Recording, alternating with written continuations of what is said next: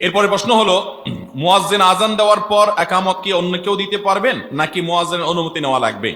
আজান দেওয়ার পর মুয়াজ্জিন অজু অজু অবস্থায় থাকলে কেউ দিতে পারবে কিনা? সাধারণত যিনি আজান দিবেন একামত তিনি দিবেন, এটা তার হক, তার অধিকার। আজান দিয়েছেন যিনি, একামত দিবেনও তিনি, এটা তার প্রাপ্য, তার অধিকার। যেহেতু তিনি আজান দিয়েছেন, একামত তার দেওয়ার রাইট। কিন্তু যদি এমন হয় মুয়াজ্জিন সাহেব জামাত দাঁড়ানোর সময় নাই, তিনি কোনো কারণে বাহিরে গেছেন, বা তিনি টয়লেটে গেছেন, দেরি হচ্ছে, বা উজুখানায় আছেন, যে কোনো কারণে তিনি নাই, তাহলে তো যে কেউ দিতে পারে। কিন্তু তিনি যদি থাকেন উপস্থিত, তাহলে আরেকজন একামত দিতে পারবেন না ওই মুয়াজ্জিন সাহেবের অনুমতি ছাড়া। মুয়াজ্জিন সাহেবের অনুমতি নিয়ে তারপর তিনি একামত দিবেন। অনুমতি ছাড়া যদি দিয়ে দেন, নামাজ হয়ে যাবে, একামত হয়ে যাবে, কিন্তু কাজটা অবদ্রচিত হবে এবং ওই মুয়াজ্জিনের হক নষ্ট হবে।